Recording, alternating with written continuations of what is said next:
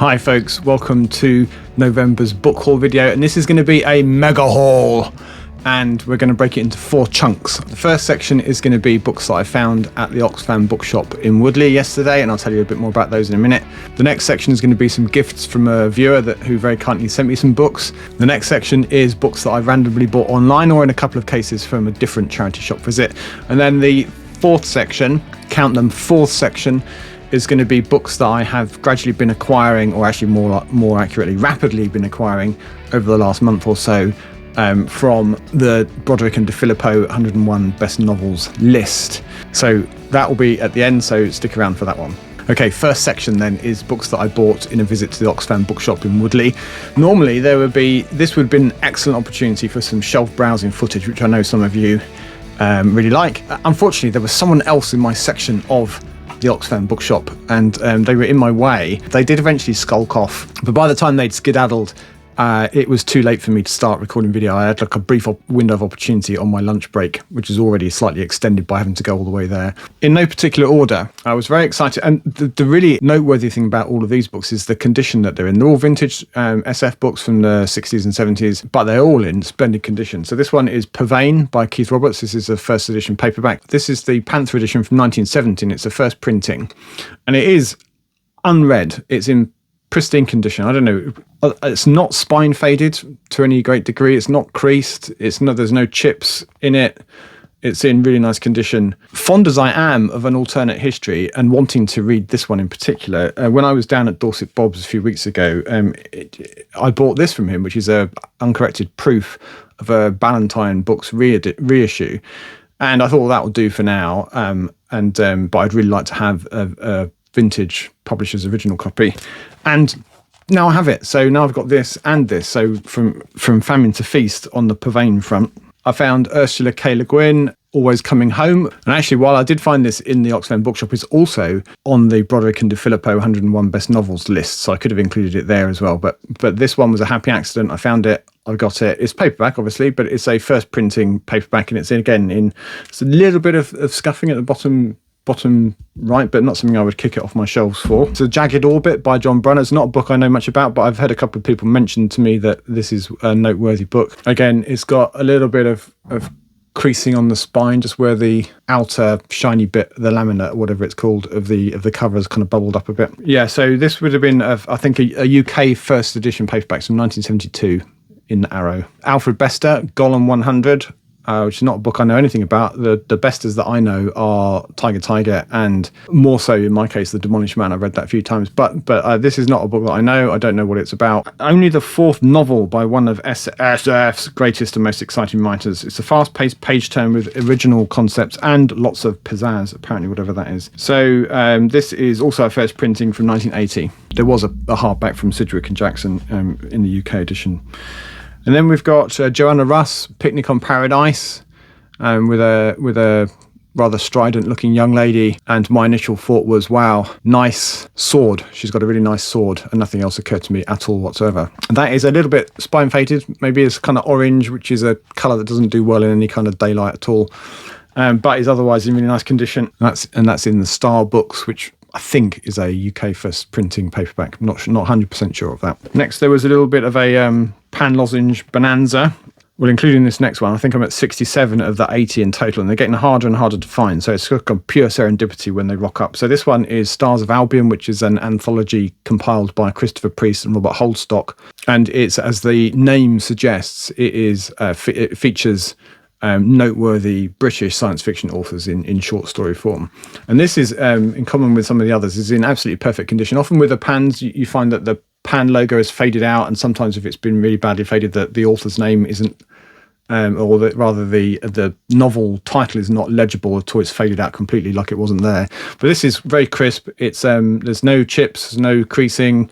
It's unbroken spine. One of the ones that I was missing. Very happy to have that. And I also found in similar condition, very sharp, nice crisp spines, unbroken, look unread to me, of the 2 Vonda McIntyres that are in this set, Dream Snake and the other one, The Exile Waiting. I do already have copies of these, which I've already removed from my shelves to put on the to be sold pile.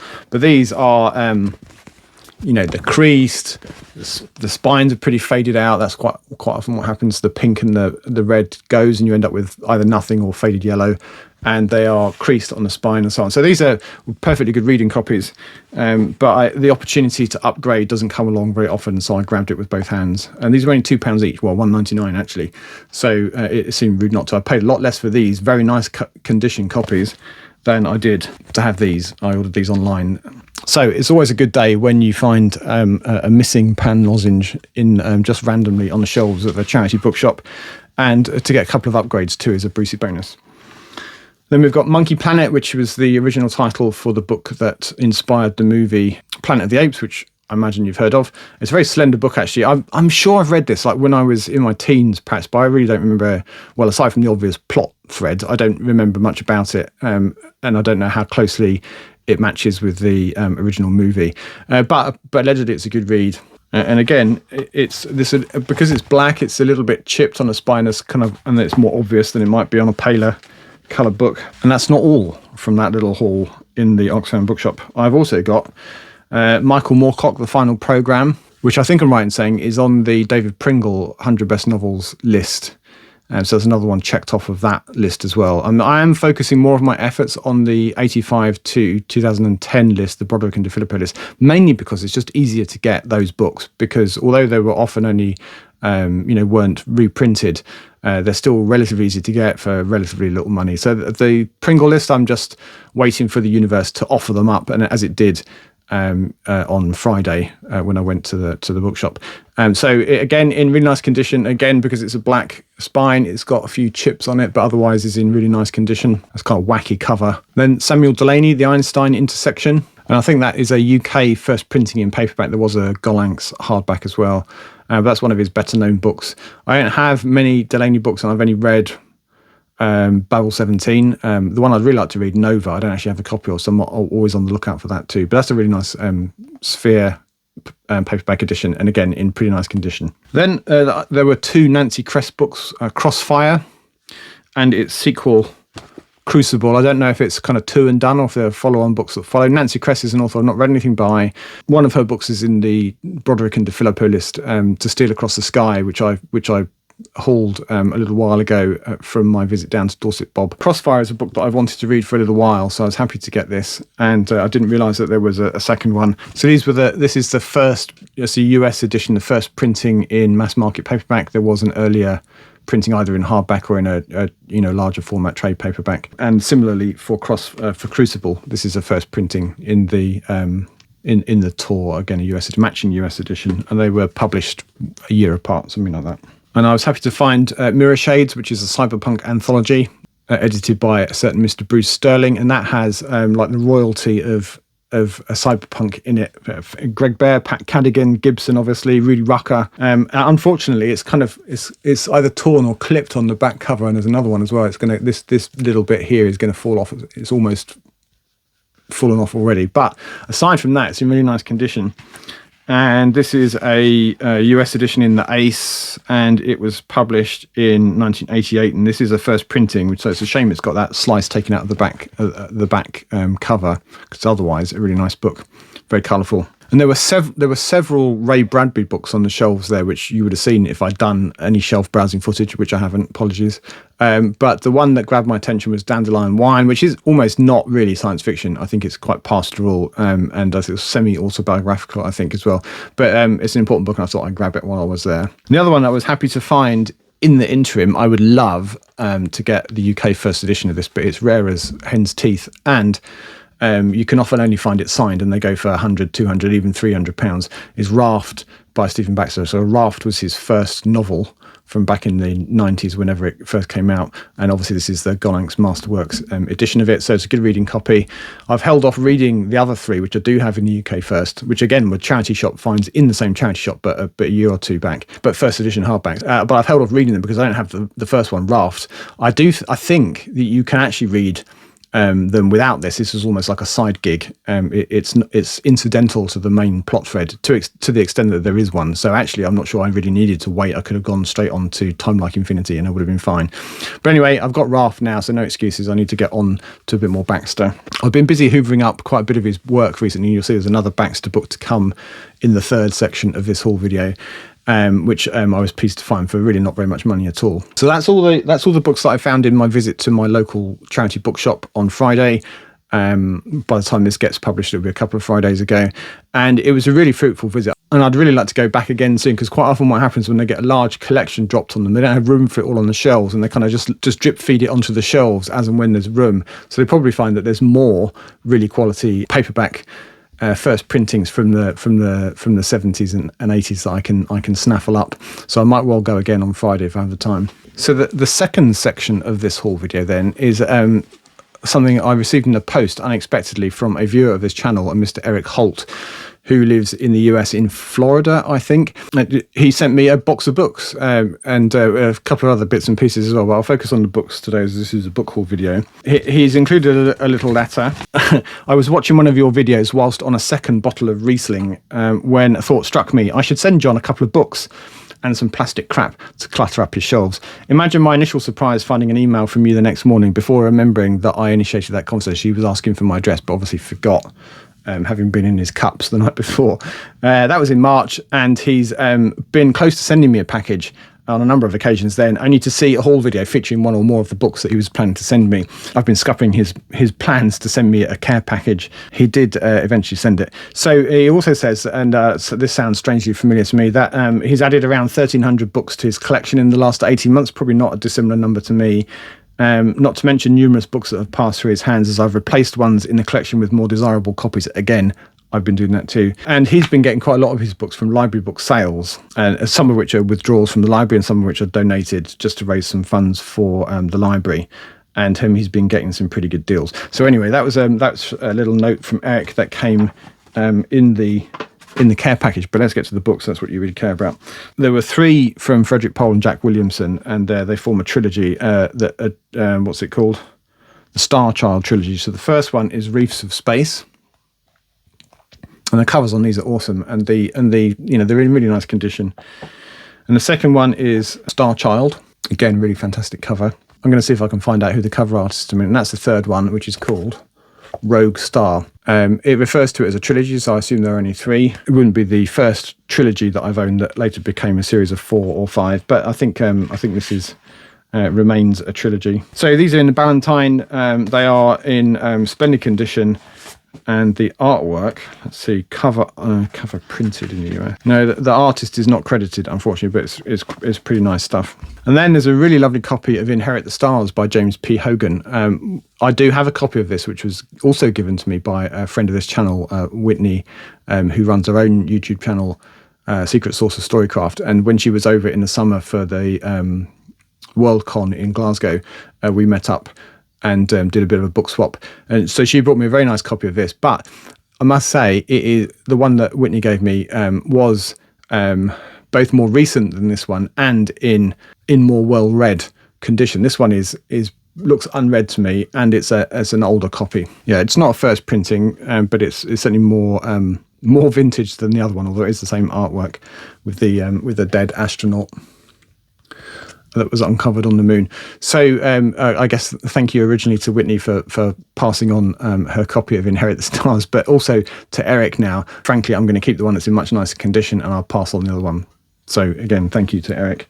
As an extra bonus, he also sent me The Gentle Giants of Ganymede, which is the second. I don't know how many more there are, but this is the follow-on from Inherit the Stars, which continues the story after the major discoveries of Inherit the Stars. And then the question that inevitably gets asked, well, what next? Now that we know that stuff, what happens? And this picks up that story, I believe. It's not in quite as nice condition as the other one, but it's pretty good.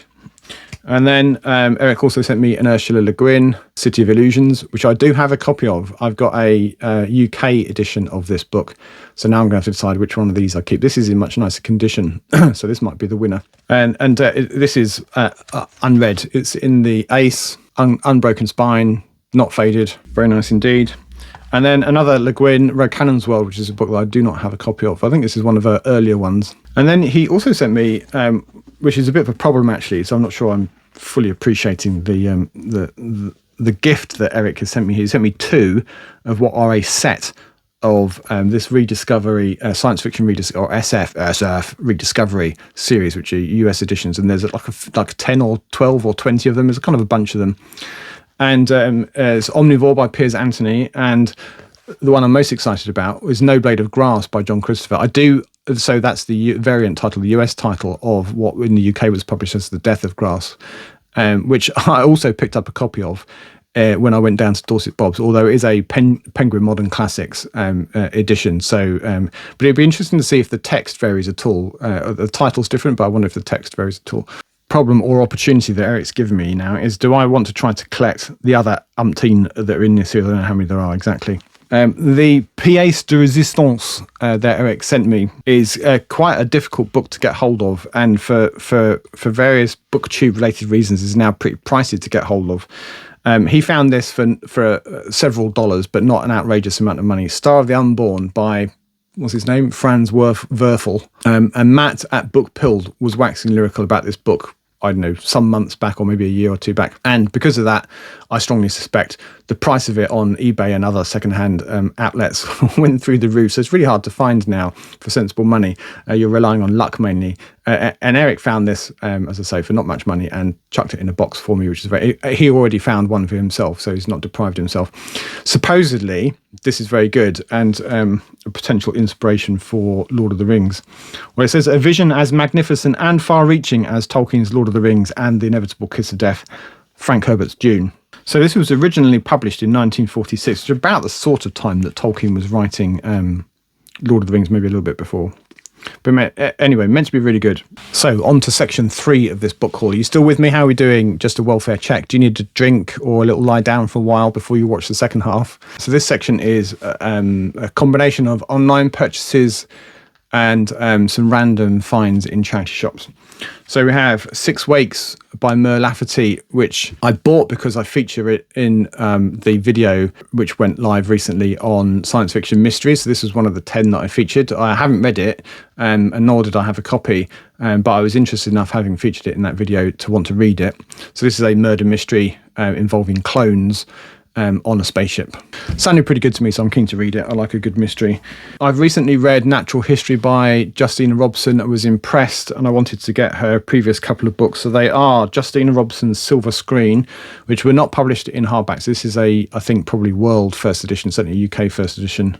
And I don't really know a great deal about it. It's giving off slight cyberpunk vibes, but I'm not 100% sure of that. The next one, similarly, is in trade paperback, which was the first printing in the UK, and it is Mappamundi, the map of everything you know, everything that you are, and everything you ever will be, just got rewritten. So I think this is like a nanotech thing. Yeah, it's medical nanotech completes a map of the human brain. Radical psychologist Natalie Armstrong sees her cutting-edge research suddenly leap out of the sidelines and into the heart of a black project to create comprehensive mind control. So that's pretty cool. I enjoyed Natural History, and I'm intrigued by these, and it was nice to find them for not a lot of money in perfect condition. And then having interviewed, it's a bit of a strong term, having chatted to Ian MacDonald a few weeks back, I've been busy kind of seeking out some of his slightly more obscure books that I don't have. So this one is Hearts, Hands and Voices, which has a nice Jim Burns jacket, and it's wraparound. Is it wraparound art? Yeah, I think so. It's wraparound art. Can you see that in the glare? It's very nice indeed. And this is in perfect condition. This is from 1992. So he's kind of 4 or 5 books in at that point. And then on Ian's personal recommendation, when I asked him where I should go next, he said to get Cyberabad Days, which is a short story collection that has several Hugo-nominated short stories, and I think a winner as well. I don't know if it's a winner, but it's certainly a strong contender for the Hugo, and that is The Jinn's Wife. So there's 7 short stories here, all set in the same world as River of Gods. So this is a sort of mid-21st century India was the basis for River of Gods, and also for the stories in this. And very colourful it is too. And that is a UK first edition. As I'm putting these down on the floor, I feel like I'm hemmed in by piles of books now. So there were two that one of my agents, otherwise known as my wife, spotted while she was out and about in London, and took the above and beyond the Call of Duty step of taking a photo of the shelves in this particular bookshop and asking me if I wanted a copy. So this is Polystan, which is the new book by Neil Stephenson, and uncharacteristically, it's quite slender. I think by the time the whole trilogy is out, it'll be about the same thickness as one of his other big fat books. And this tells I don't know if it's kind of fictionalized retelling of, amongst other things, the development of the atomic bomb.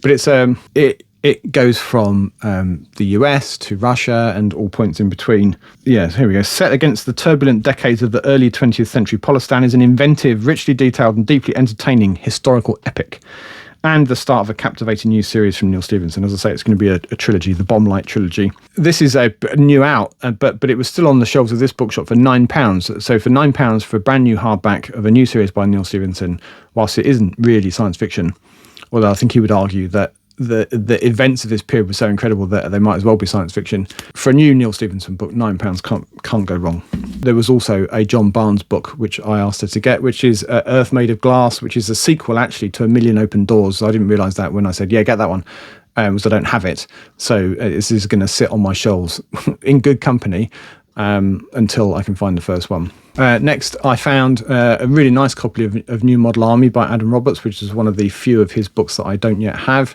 in a nice hardback edition. It's quite hard to find this one when it's not an ex-library copy. And then I've been collecting a bit of Stephen Baxter backlist books. And recently, this is the one of the 3 books in the so-called NASA trilogy, which I didn't have. I have read it many, many years ago, and I recall really enjoying it. So really happy to find this. It didn't cost me very much money, and it's in really nice condition. It's sometimes you get an old hardback like this, particularly thick ones, and the spine's gone a bit, but this is in really nice condition. This one dates back to the mid-90s, I think. Yeah, 97. So that's a UK first edition in the Voyager. Very nice it is too. And then finally, in section 3 of this haul is I did do an unboxing of this. So I won't dwell here, which is the 3-body problem, the first of 3 to be issued by Broken Binding. So I recently signed up to their science fiction subscription service, and those will be a nice set, and I'll be happy to replace my very ordinary paperbacks with that. Right then, section 4 of this whole video, which will be focused on acquisitions from this list, the Broderick and De Filipo 101 best novels list, which covers the period from 1985 to 2010. And when I first got this book, I did a bit of an inventory to see how many of them I had, and I think I had about 40 of them and had read 17 or something like that. So there was still quite a lot for me to get, and I have been in a frenzy of list-related purchasing recently, which has not been good for my bank balance or for the shelf space on my shelves, honestly. What can you do? There are mostly hardbacks here, and there are some which weren't issued in hardback, or the hardback wasn't the first edition, or where I'm not that fussed about the book that I want to try to find a hardback. So in no particular order, then you've got Jonathan Lethem, As She Climbed Across the Table, which is a slender novel.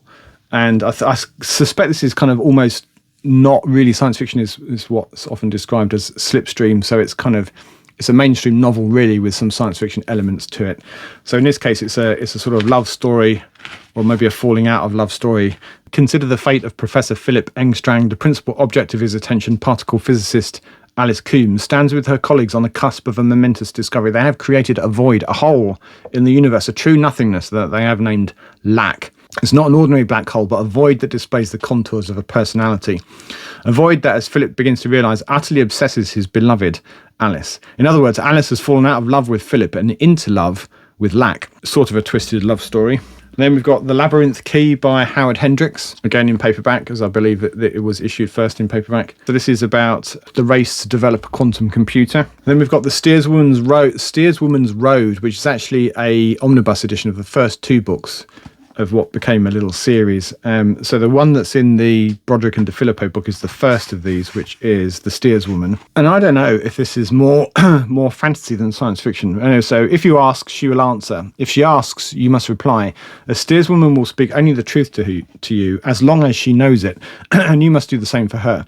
And so across the centuries, the steerswomen, questioning, searching, investigating, have slowly learned more and more about the world through which they wander. All knowledge the steerswoman possess is given freely to those who ask, but there is one kind of knowledge that has always been denied them. Magic. So very much fantasy vibes to that. But I gather that's very good. And then Elizabeth Hand, a book called Glimmering, A Tale of the Coming Millennium. So this is a millennial sort of tale. It's 1999, the last days, say some, the first, claim others. The climate is clearly warming. The evening skies are awash in a dreamy, multicoloured lights, and underground cults are preparing for the frenzy of all frenzies, the night of 1,000 years. So William Gibson says, a potent socio-erotic story for our looming millennium. Hand's high-resolution narrative never falters. So it sounds like it's a bit pervy, so I'll have to read that for, research purposes. And then we've got Lauren Buke's Zoo City, which is one of the more recent books. I think it comes towards the end of the period that 2010, so it would have been one of the last couple of books in the book. Zinzi has a sloth on her back, a dirty 419 scam habit and a talent for finding lost things. But when a little old lady turns up dead and the cops confiscate her last paycheck, she's forced to take on her least favourite kind of job, missing persons. Then we've got Cherry Priest Bone Shaker, which is a sort of steampunk thing. Yeah, so this is a mining accident. The incredible bone-shaking drill engine was born, but the bone shaker went awry, destroying downtown Seattle and unearthing a subterranean vein of blight gas. Anyone who breathed its fumes turned into the living dead. Oh, that's right. Yeah, so this is like a steampunk zombie tale. Happy days. And then I was really happy to find a copy of Under the Skin by Michael Faber in this Canongate, which is the first printing of this book in the UK. And it looks a bit kind of dim, and that's because there's a deliberate ploy here. There is it comes with a cover despite being a paperback, and that is kind of translucent at best, almost opaque. And then the book that you can't really see through it, Under the Skin, see what they did there, is underneath. And this is the book that the movie with Scarlett Johansson starring was based on. And this is about a woman, or apparently a woman, actually an alien, who's sent to Earth to collect meat, basically, to collect humans for turning into gourmet food products for the aliens who love to scran on a bit of human flesh, and the conflicts and tensions that arise as a result. So there we go, Under the Skin by Michael Faber. And I was very happy to acquire a copy of Aristoy, which a number of you highlighted when I first went through the list as being a really excellent book by Walter John Williams. And this is a pretty nice US first printing in the Tor. It is a little bit spine faded, unfortunately. I think you can see the colours kind of leached out of it. They're kind of bright yellow. This spine should be that kind of yellowy orange colour. And that's just a colour that doesn't do well in daylight. And Walter John Williams is not an author I know anything much about, and Aristoy even less. I think that Aristoy are like the aristocracy, is that right? And there's a far future kind of galactic empire going on and other stuff. Straight back down to Earth, or an alternative version of it. This is The Plot Against America, a very strong Man in the High Castle vibes for this one by Philip Roth. And this is about what would happen if FDR got beaten in an election by Charles Lindbergh, who was notable for being the first person to fly across the Atlantic, but for also being a little bit of an America First Nazi. Things go south for the American Jewish population as a result. I do like an alternate history, so that sounds pretty good to me. And then we've got Sarah Canary by Karen Joy Fowler. The American Old West, winter 1873, a white woman of indeterminate age and great ugliness, apparently, materialises in a Chinese railway workers' camp, babbling incomprehensibly. One of the workers believes that she's one of the fabled immortals sent to enchant him, and others just think that she's a loony. We got a late book from Brian Aldiss, Harm. Very near future, Paul Ali, a young SF writer of Muslim descent, has written a satirical novel in which two characters joke about the assassination of the Prime Minister, arrested by agents of Harm, the Hostile Activities Research Ministry. For no compelling reason, Paul is incarcerated as prisoner B, held incommunicado and brutally interrogated by jailers to whom his Muslim heritage is itself a crime, meriting the harshest punishment. So this will be his sort of post 9/11 book, I guess. When was this published? 2007, yeah. And this will be a UK first edition. Then we got Dead Girls by Richard Calder. Again, these are all off that Broderick and De Filipo 101 best novels list. And this is a book where there's a doll plague. 40 years ago, Cartier Paris cooked a virus that bridged the wetware software divide. It was sent east to infect the fake Cartier dolls being made there. The dolls in turn would infect their male playmates and make them impotent, a long-term genocide. Revenge was swift. A new virus hit the West. Infected men did not become impotent, quite the opposite, but worse still, any daughter born to them, no matter how cute, turned into a doll at puberty. Not a cute doll, a deadly doll, I'm guessing like Chucky. So this is a kind of nano engineering almost like a zombie tale from the sound of it. So Dead Girls, a little bit of a satire, it sounds like. And then we've got Air by Jeff Ryman, and this is about setting the last village in the world to go online. So this is like pervasive connectivity. So it's not wireless, it's a new communications technology which brings the benefits of the interweb to everyone, everywhere in the world, whether they want it or not. There's a phrase that we've heard recently. Then we've got Carl Schroeder's Ventus. As an author that I haven't read anything by, I've got a couple of his books now, including this one, and I'm keen to read it. Lots of people said that this was really good. Fast-moving, entertaining, and intriguing, it says. So this is a cyber-epic hard SF novel by an award-winning writer. So maybe this will appear on my top 10 hard science fiction video, which I haven't yet thought a great deal about, but seems to be a popular choice. So this is the way the world ends by James Morrow in the Gollancz Yellow Jacket. And which when it first arrived, I thought was in a shocking state. It was in I think it's an ex-library book, and it was in the original kind of library Broderick type cover, and that was an absolute state. And I initially complained, but actually when I took that cover off, the underlying dust jacket was actually in really nice condition. So I've just covered it again. It doesn't have too much of the kind of stamps and labels and things inside. It's got a couple of stamps, but more fun, it's actually signed by the author. So that was a Brucey bonus. So this is a kind of a satire. This is about a guy who deeply wants a kind of nuclear biological chemical suit for his daughter in case there's a nuclear attack. And he ends up signing a document inadvisedly, which ends up making him liable when there is a World War III. So he's one of the people whose fault it was just from signing a piece of paper. And he gets put on a Nuremberg trial type thing. The aforementioned John Barnes, Mother of Storms. So world history, we're 30 years in the future at the point this book was read, which is probably about now, isn't it? Let's have a look.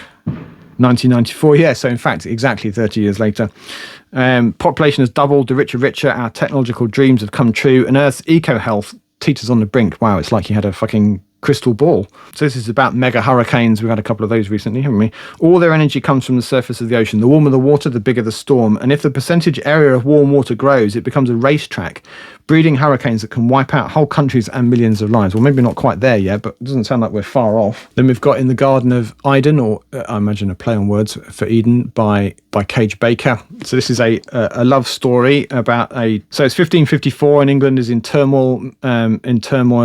To this volatile nation comes a party of Spanish gentlefolk who have journeyed from Spain to inspect the Kentish garden of Sir Walter Iden, botanist and collector of curiosities. Among them is a chaste, demure 17-year-old, blah, blah, blah. Her real name, so far as she has one, is Mendoza. Rescued as a child from the Inquisition's dungeon, she's been adopted by a 24th century corporation which has unlocked the secrets of time travel and is using them to plunder the past for profit, etc., etc. So she's had genetic manipulation and surgery, etc. So this is what happens when you inject a time-traveling superwoman into Elizabethan England. It sounds like a gratuitous boob on the cover here. So this is my dirty little book of stolen time by Liz Jensen. And the main character is a prostitute, it seems, but the course of harlotry never runs smooth, it says, and her life is altered irrevocably when one hard winter she stumbles upon an exciting new source of income. Then we've got Pamela Sargent's Shore of Women. This is a post-apocalypse thing. Centuries after the nuclear holocaust, women rule the world. They already do that in my house. But they rule alone. Men are banished to a primitive life of war and scavenging in the wilderness outside women's golden cities. Love between the sexes is unknown. No comment. Only in the shrines outside the cities can men see the image of a woman, and in waves of ecstasy they worship this strange creature as a goddess, etc., etc. And again, a couple of people told me that they really enjoyed this book. Then we've got Counting Heads by David Marasek, a future science fiction classic, say many of the people on the back of this book. So this is a tour. I think it's a US first printing, one of the most important first novels of the year and perhaps the decade, says the publisher. Well, they would say that, wouldn't they? The year is 2134 and the living is easy. The information age has given rise to the boutique economy in which mass production and mass consumption are rendered obsolete. Almost everything one needs can be easily fabricated in the home with nanotech assemblers. Life extension therapies have increased the human lifespan by centuries. And there are AI and robots to do most of the other grunt work. And what they can't manage is performed by a contented labour force of human clones. And if that sounds like paradise, it is, but only as long as you make your payments. And that's the problem. The boutique economy has rendered 99% of the world's 15 billion human inhabitants redundant. The world would be a much better place, some think, if they simply didn't exist. Then we've got Naomi Novik, Temeraire, which is I don't think science fiction at all, but it was on the list. And it's a sort of mashup between, this is a sort of mashup of Patrick O'Brian, but with dragons. Set amid the turmoil of the Napoleonic Wars, Temeraire is a thrilling tale of one of the most dramatic chapters of European history with a brilliant veneer of bold fantasy. Nelson's fleet basically gets hold of a French dragon and mayhem ensues. So that is the end of this epic mega haul. Maybe I should have broken it into more than one haul video, but fuck it. There probably won't be one in December, at least not until after Christmas. I'm going to try not to buy so many blooming books during December, because I simply don't have room for them on my shelves. As it is, I'm going to have a bit of a struggle finding the room for all of these. So I need to be a good boy, and maybe I need to do a bit more curating of my collection to make sure that every book on my shelves deserves its place, at least in the near term. But anyway, that's my problem, not yours. As always, thank you for watching, and until next time, goodbye for now.